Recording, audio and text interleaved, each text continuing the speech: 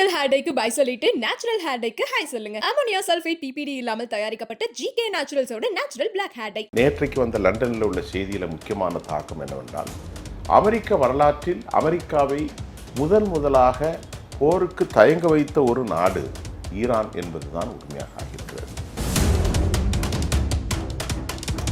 அந்த பெரியவர் தாடி பல மொழிகள் தெரிஞ்சிருக்கிறவர் ஷியா மதகுரு. அவர் என்ன சொல்றாரு, இஃப் ஒருவேளை நான் கொல்லப்படலாம், அப்படி கொலை செய்யப்பட்டு விட்டால் ஆட்சிக்கு யாரெல்லாம் இருக்கணும் அப்படின்னா ஆட்களை நியமிச்சிட்டார்.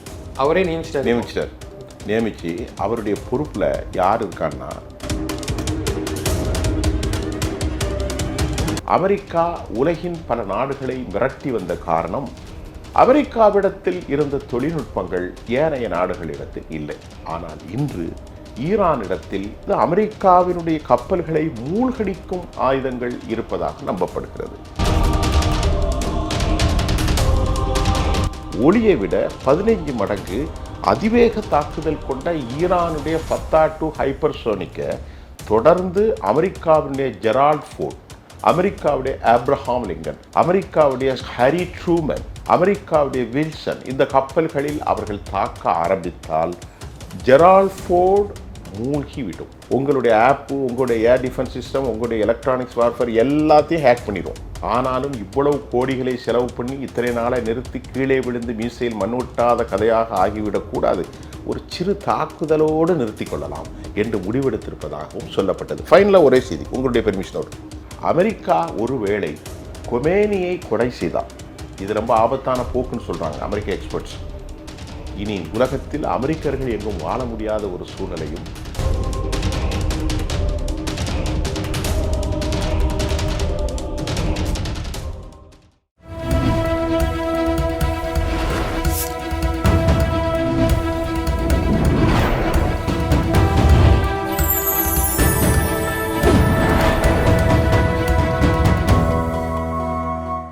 சேனல் 5 தமிழ் நேயர்களுக்கு வணக்கம். இன்றைய நேரத்தில் நம்மோடு பேசியிருப்பது மூத்த பத்திரிகையாளர் சுஃபியான் அவர்கள். சார் வணக்கம் சார். வணக்கம் சார்.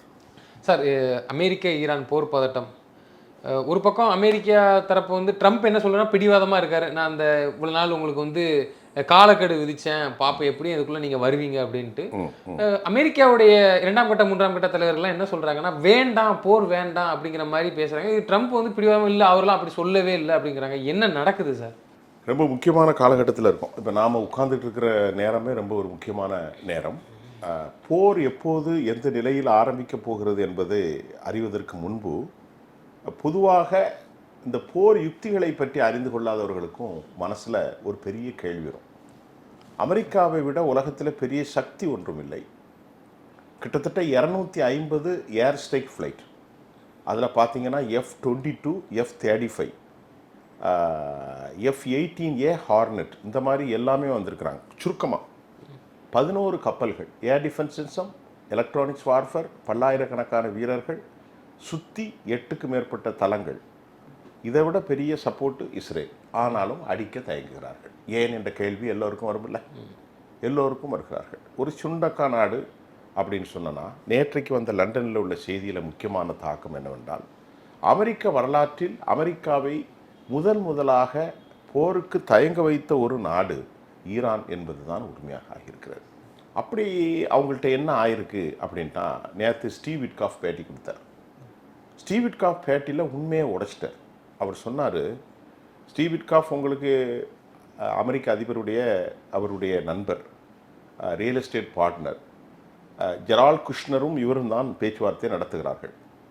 அவர் சொல்கிறாரு, நான் பேசினேன் அமெரிக்க அதிபர்கிட்ட, டொனால்ட் ட்ரம்ப் சொல்கிறாரு, இவ்வளோ திரட்டும் பண்ணியும் நம்ம ஊர் பேசுகிற மாதிரி ஒரு வழிக்கும் அவர்கள் வரலையேன்னு கேட்குறாரு. என்ன பண்ணியும் வரமாட்டுக்காங்களே அப்படின்னு அவர் என்னிடத்தில் தயக்கத்தை கேட்டுறாரு அப்படின்னு சொல்லி ஸ்டீவ் விட்காஃப் சொல்லிட்டு, ரொம்ப கஷ்டங்க, ஈரானை பேச்சுவார்த்தையினுடைய முடிவுக்கு கொண்டு வர்றது ரொம்ப கடினம் அப்படின்ட்டு சொல்லியிருக்காங்க. இதற்கிடையில் ரொம்ப முக்கியமான ஒரு செய்தி என்னவென்றால், அதிகாரங்கள் குவிந்த உச்சபட்ச உலக தலைமையாக பார்க்கிற ஒரு விவகாரம், ஷியா மதப்பிரிவினுடைய தலைவர், அதிகாரம் முழுமையாக கொடுக்கப்பட்ட சையத் அலி கமேனி, அவருடைய அப்பா பேர் Ruhollah Khamenei. He is a founder organisation of IRGC, Islamic revolutionary guard house. இப்போ இவர் யாருன்னா, இவர் ரொம்ப நுனிநாக்கு ஆங்கிலம் பேசக்கூடியவர், அந்த பெரியவர் தாடி, பல மொழிகள் தெரிஞ்சிருக்கிறவர், ஷியா மதகுரு. அவர் என்ன சொல்கிறாரு, இஃப் ஒருவேளை நான் கொல்லப்படலாம், நான் கொல்லப்பட்டால் எனது மரணத்திற்கு பிறகு அமெரிக்காவும் இஸ்ரேலும் என்னை கொன்று விடுவார்கள், கொன்று விட வாய்ப்பு உண்டு.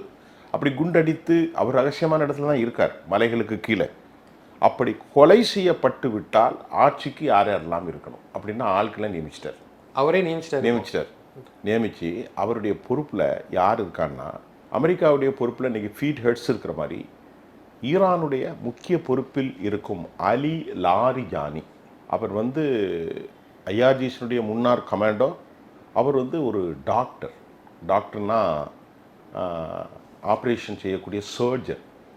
அவர் வந்து அப்பாயின்மெண்ட் பண்ணி, you have to take all response, நாட்டினுடைய அனைத்து பொறுப்புகளையும் you should have a responsible, உன் தலைமையில் தான் தேசம் உருப்படணும் அப்படிங்கிறத நியமிச்சிட்டாரு.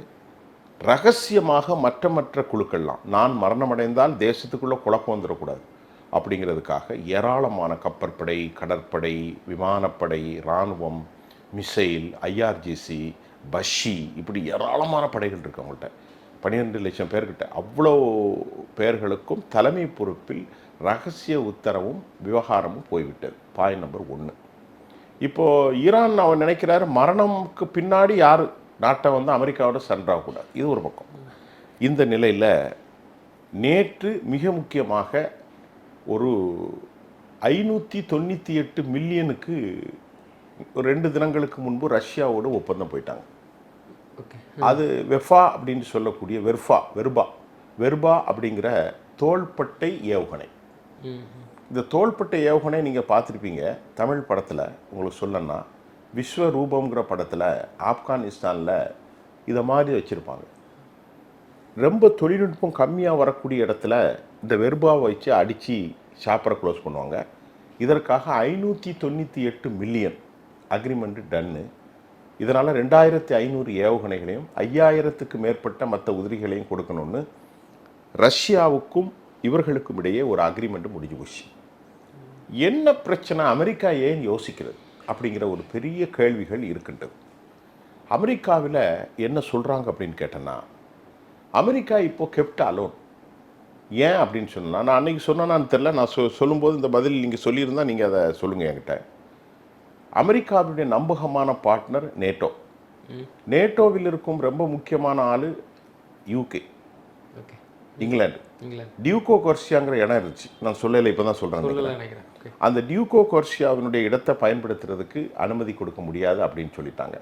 அதே மாதிரி RAF ஃபேர் குட்ஸ் இதையும் பயன்படுத்த அனுமதி இல்லை. அப்போ அமெரிக்கா வந்து யாருமே இல்லாத ஒரு நாடாக யூரோப்பிய யூனியனுடைய ஆதரவை அவர்கள் பெறவில்லை. Point number 1. பாயிண்ட் நம்பர் 2, அமெரிக்காவுடைய செல்ல பிள்ளைகளான சவுதி அரேபியாவும், கத்தரும், ஈஜிப்டும், யுனைடெட் அரபு எமிரேட்ஸும், துருக்கியும் மற்றும் ஜொர்டான் போன்ற எல்லா நாடுகளும், பஹ்ரைன், குவைத் உள்ள நாடுகள் நம்ம ஊரில் சொன்ன மாதிரி நீங்கள் போர் செய்யாதீர்கள் அப்படின்ட்டு அவங்க பயங்கரமான அழுத்தம் கொடுக்குறாங்க. ஆனால் போரை செய்தே ஆக வேண்டும் என்ற ஒரு காலகட்டத்தில் அமெரிக்காவுக்கு பெரிய அழுத்தம் கொடுப்பது யார்னா, மிக முக்கியமாக இஸ்ரேல். இல்லை, அது வெளிப்படையாக தெரியுது. அதே நேரத்தில் ட்ரம்ப் வந்து என்ன சொல்கிறாருன்னா, நீங்கள் சொன்ன மாதிரி பிற நாடுகள்லாம், அமெரிக்காவின் நட்பு நாடுகள்லாம் வந்து போர் வேண்டாம், கலை யதார்த்தத்தை சொல்கிறாங்க, வேண்டாங்க அப்படின்னு சொல்கிறாங்க. ஆனால் ட்ரம்ப் என்ன சொல்கிறேன்னா, எனக்கு வந்து நொபல் பரிசுக்கு நான் தான் எல்லா போரையும் நிறுத்தினேன் ஒரு பக்கம் தம்பட்டை அடிச்சிட்டு இருக்கிறாரு. ஆனால் இதில் இவ்வளோ எப்படி நான் அடிச்சே தீர்வேன்னா, இப்போ இது எந்த மாதிரியான செயல், அப்போ இதை எப்படி பார்க்குறது? ஆனால் ட்ரம்பினுடைய கிரஹம் லின்சே அப்படிங்கிற ஒருத்தர் மட்டும், ஒரு சட்டத்தரணி, அவர் மட்டும் ப்ரோ இஸ்ரேல் ஆதரவாளர். கிரஹம் லின்சே மட்டும் போரை செய்யலாம் என்று சொல்லுகிற நேரத்தில் ஏனைய பெண்டகன் அதிகாரிகளும் மிக முக்கிய எக்ஸ்பர்ட்ஸும் போர் வேணாம்.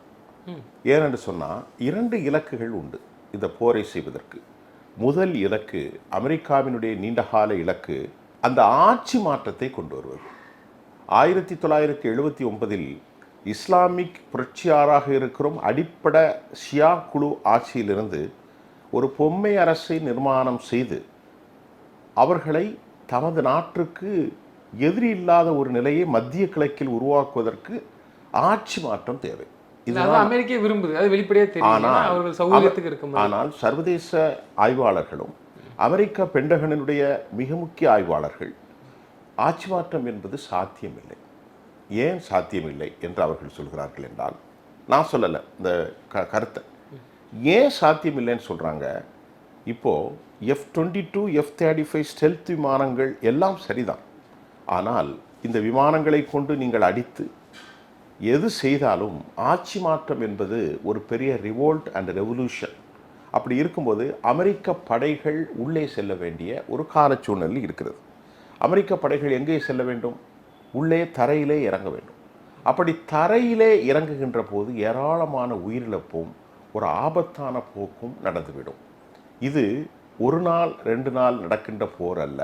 It has been taken long term process. ஒரு நீண்ட கால ஒரு செயல்பாட்டு வடிவம். அமெரிக்காவுடைய பொருளாதாரமும் அமெரிக்காவுடைய பல பிரச்சனைகளும் இந்த நீண்ட கால போருக்கு நமக்கு தேவையில்லை. யார் சொல்கிறாங்க? வெல்விஷர், வெள்ளை மாளிகை. இப்பொழுது அதை நீங்கள் இஸ்ரேலுக்காக ஆதரவு செய்து அடித்து நீண்டகால போருக்கு பொருளாதாரம் நமக்கு தாங்காது. ஏற்கனவே ஈராக் ஆபரேஷனும் 2002 ஒசாமா பின்லேடனுக்கு எதிரான ஆபரேஷனும் இரண்டும் படுதோல்வி அடைந்தது மட்டுமல்ல, 700 லட்சம் கோடி ரூபாய்களை அமெரிக்கா இழந்தது. அதனால் அவர்களுக்கு என்ன லாபம்? ஒரு லாபமும் இல்லை. மறுபடியும் 700 லட்சம் கோடிகளை இழந்து ஈராக்கில் சுதேசியின் தலைமையில் அவர்கள் அமெரிக்காவுக்கு எதிராக மாறியிருக்கிறார்கள். முழுமையாக ஈரானின் ஆதரவாளர்களாக ஈரான் மாறிவிட்டது. அதே போன்று ஆப்கானிஸ்தானில் தலிபானுடைய ஆட்சி வந்துவிட்டது. அப்போ நீங்கள் 200 லட்சம் கோடியை செலவு பண்ணி 18 ஆண்டுகள் போரிட்டு ஆட்சியை ஒப்படைப்பதற்கு அந்த நாட்டில் முடியாது. ஏனென்றால் அமெரிக்கா நீண்டகால போர் ஈடுபட்டால் அமெரிக்காவுக்கு எதிராக இஸ்லாமிய அடிப்படை ஜிஹாதி குழுக்கள், பல பயங்கரவாத குழுக்கள் உருவாகிவிடும். ஏற்கனவே ISIS என்ற அமைப்பை உருவாக்கியதே அமெரிக்கா, இஸ்ரேல் தான் என்று சொல்லப்படுகிறது. அப்படி அவர்கள்தான். அதே போன்று நேற்று பெஞ்சமின் நெத்தன்யாகு ஸ்டேட்மெண்ட்டில் நாங்கள் மற்றொரு இஸ்லாமிய குழுவை உருவாக்கப் போகிறோம் என்று சொல்கிறார்கள். அப்படி என்றால் இவர்களுடைய ராஜதந்திரம் வெற்றி பெறுவதற்கு IS அமைப்புகள் தலையை வெட்டுவது, காலை வெட்டுவதெல்லாம் அமெரிக்காவால் உருவாக்கப்பட்டதான். ஏனென்று கேட்டால் இந்த IS அமைப்பின் ஃபவுண்டர் ஆர்கனைசராக இருக்கக்கூடிய அபு முஹம்மது அல் கோலானி, சிரியாவினுடைய தலைவர், அவர் இப்பொழுது அமெரிக்காவுடைய நட்பாக மாறியிருக்கிறார். இப்போ உங்களுக்கு ஒரு கருத்து புரியும். மனித சமூக விடுதலைக்கும் மனித சமூக மேன்மைக்கும் மனித உயிர்களுக்கும் ஆபத்து விளைக்கக்கூடிய பயங்கரவாத குழு ISIS. மதத்தின் பெயரால் மக்களை வெட்டுவது, படுகொலை செய்வது. இந்த பாவிகளுக்கு ஆதரவு கொடுத்த அபு முஹம்மது அல் கோலானி ஈரானுடைய, அமெரிக்காவுடைய செல்ல பிள்ளையாக மாறியிருக்கிறார். அப்போ இப்போ என்ன நடக்க போகுது? இவர்கள் தான் மத்திய கிழக்கில் பயங்கரவாதத்தை தூண்டுகிறார்கள். நிச்சயமாக சார். இப்போ சப்போஸ் ஒருவேளை போர் தொடங்குச்சு அப்படின்னா, அமெரிக்கா ஆரம்பித்து விட்டுச்சுன்னா, நீங்கள் ஒரு வார்த்தை சொன்னீங்க, தரை வழியை தான் அமெரிக்கா யூஸ் படுத்தி ஆகணும். வேற வழி இல்லை. வழி கிடையாது. அப்படிங்கும்போது இது ரொம்ப லாங் டைமாக நீடிக்கும்னு சொல்கிறீங்க. இது ஈரானுக்கு இது மிகப்பெரிய ப்ளஸ்ஸாக தானே அமையும். ஏன்னா வேற வழியே இல்லைங்கிறீங்க. அதனால தான் அமெரிக்கா யோசிக்குதோ? நல்ல அற்புதமான கேள்வி. எந்த போரிலும் தரைப்போர் இல்லாமல் நீங்கள் வெற்றி கொள்ள முடியாது. ஒரு தேசத்தை வெற்றி கொள்வதற்கு வான் பாதுகாப்பு படைகள் இருக்கும், ஏர் டிஃபென்ஸ் சிஸ்டம் உண்டு. மேலிருந்து குண்டுகளை போடுகின்ற போது கட்டமைப்புகளை நாசம் செய்தாலும் ஆட்சி மாற்றம் வருகிற போது இந்த படைகள் அங்கே நிலை கொள்ள வேண்டும். இதுதான் வியட்நாமில் நடந்தது. இது எல்லா நாடுக்கும் பொருந்துமா, இல்லை அந்தந்த நாட்டோடைய கட்டமைப்பு? இல்லை, எல்லா நாடுகளுக்குமே பொருந்தும். இப்போ லிபியாவில் அப்படித்தான் நடந்தது. இஸ்ரேலுக்கும் தரைவழி நடத்தி தான் போற வெற்றி பெற முடியுமா என்ன? ஆமாம், இஸ்ரேல் எங்கே யார மற்ற நாடுகளை போரிட்டா? ஒரு நாட்டை கைப்பற்ற வேண்டும் என்றால் இஸ்ரேல் என்ன செஞ்சது? நீங்கள் ஒன்றும் வேணாம், நேராக இன்னைக்கே உதாரணம் இருக்குது. காசாவுக்குள் இஸ்ரேல் ராணுவம் சென்றதா இல்லையா? Correct, okay. அப்ப சென்றுதான் அவர்களை ஹமாஸ், அது பக்கத்து நாடா நம்ம பார்க்கிறோம். ஆமா, எந்த நாடா தான் சரிதான். அதுதான் சிக்கல். இது ஒரே எல்லையை பகிர்ந்து கொண்டிருக்கக்கூடிய பலஸ்தீனமும் இஸ்ரேலும். இதே போன்று இவர்கள் உள்ளே நுழைவதற்கு முதலில் மிக முக்கியமான விஷயம், நுழைவதற்கே கஷ்டப்பட வேண்டும். மற்ற உலகத்தில் இருக்கக்கூடிய நாடுகளை போன்று ஒரு நாடு அல்லது மிகப்பெரிய இந்தியாவை போன்ற பரப்பளவு பெருசு ஈரான்ல மிகப்பெரிய மலைகளும் காடுகளும் கடல்புறங்களும் கொண்ட நாடு. அதுக்குள் உள்ளே போகவே முடியாது. இதையெல்லாம் அவங்க யோசிக்கிறாங்க. அமெரிக்காவுடைய எக்ஸ்பர்ட்ஸ் அந்த ஜியோகிராஃபிக்கலை பார்க்குற போது அசர்பைஜான் வழியாக உள்ளே போகலாம்.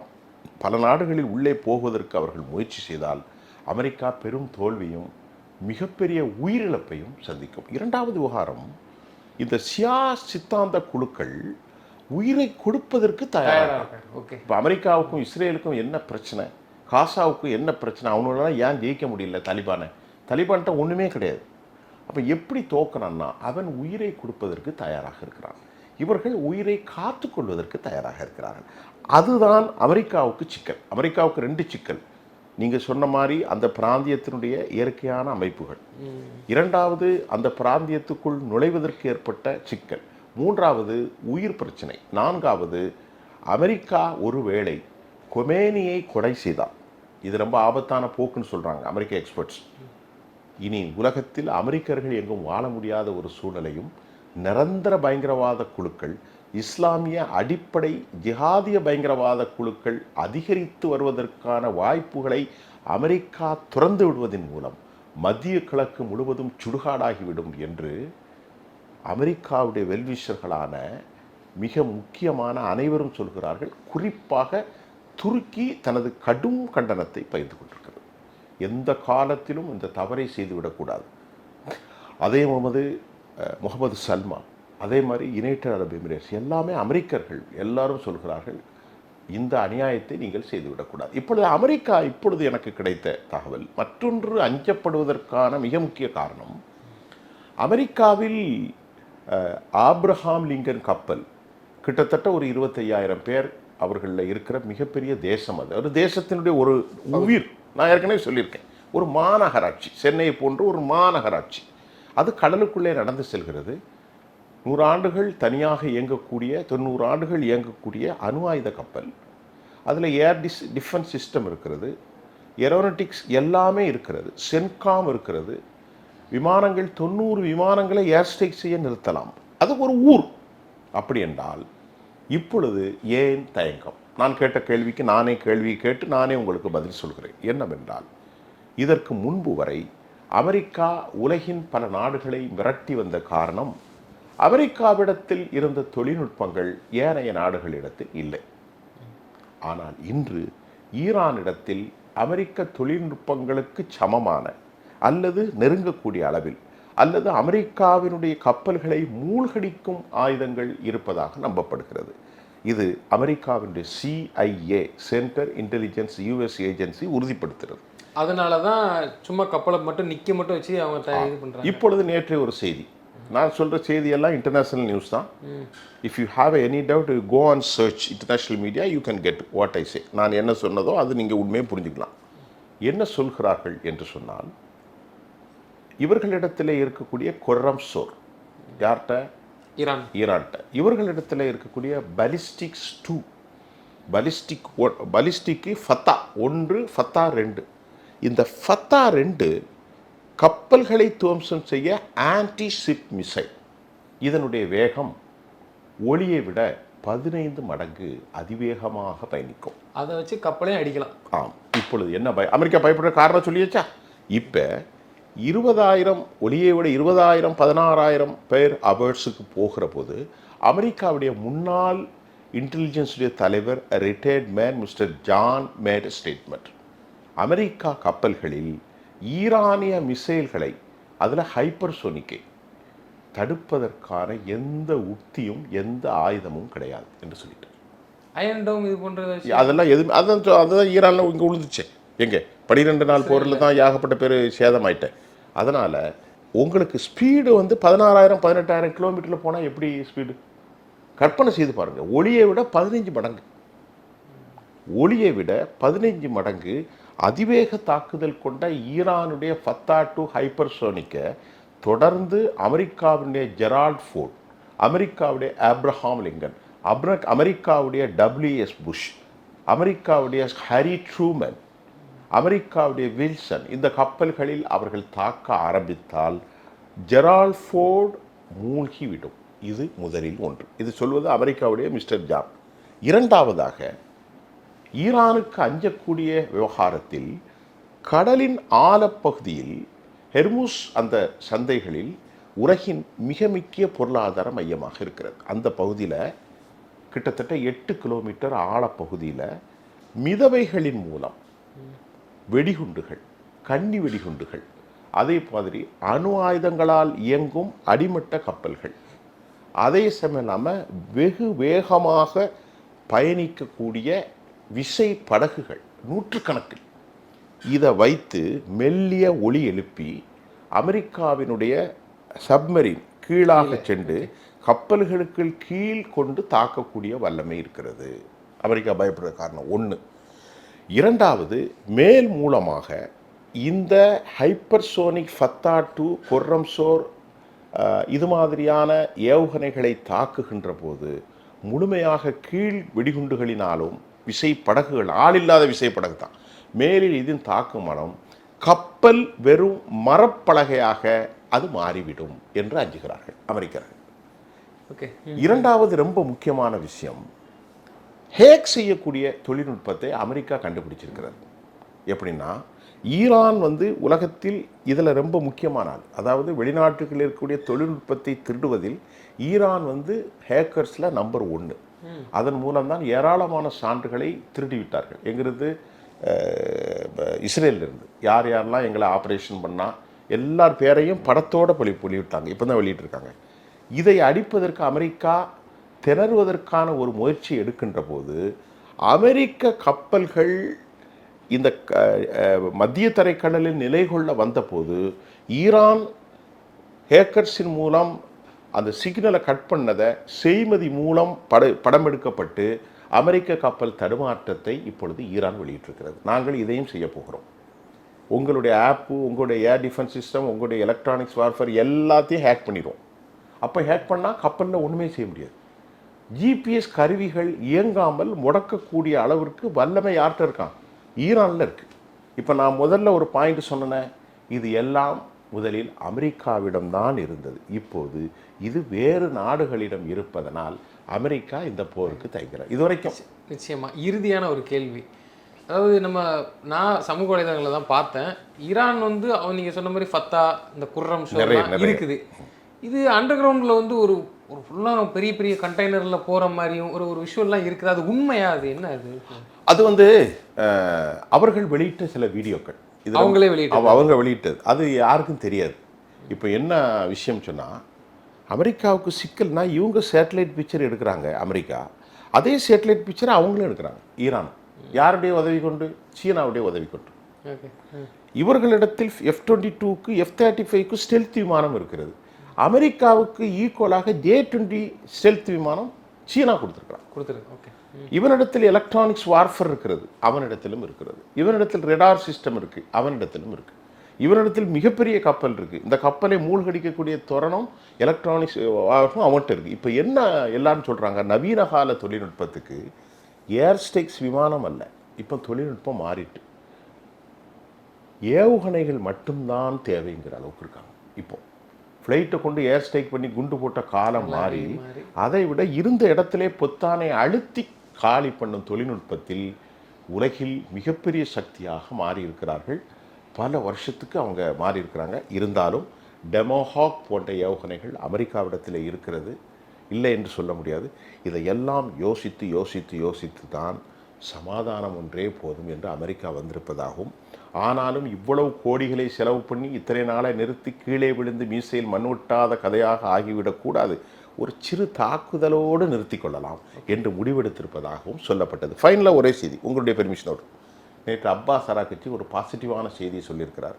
ஈரானிலிருந்து ஒரு பாசிட்டிவான செய்தி வந்திருக்கிறது.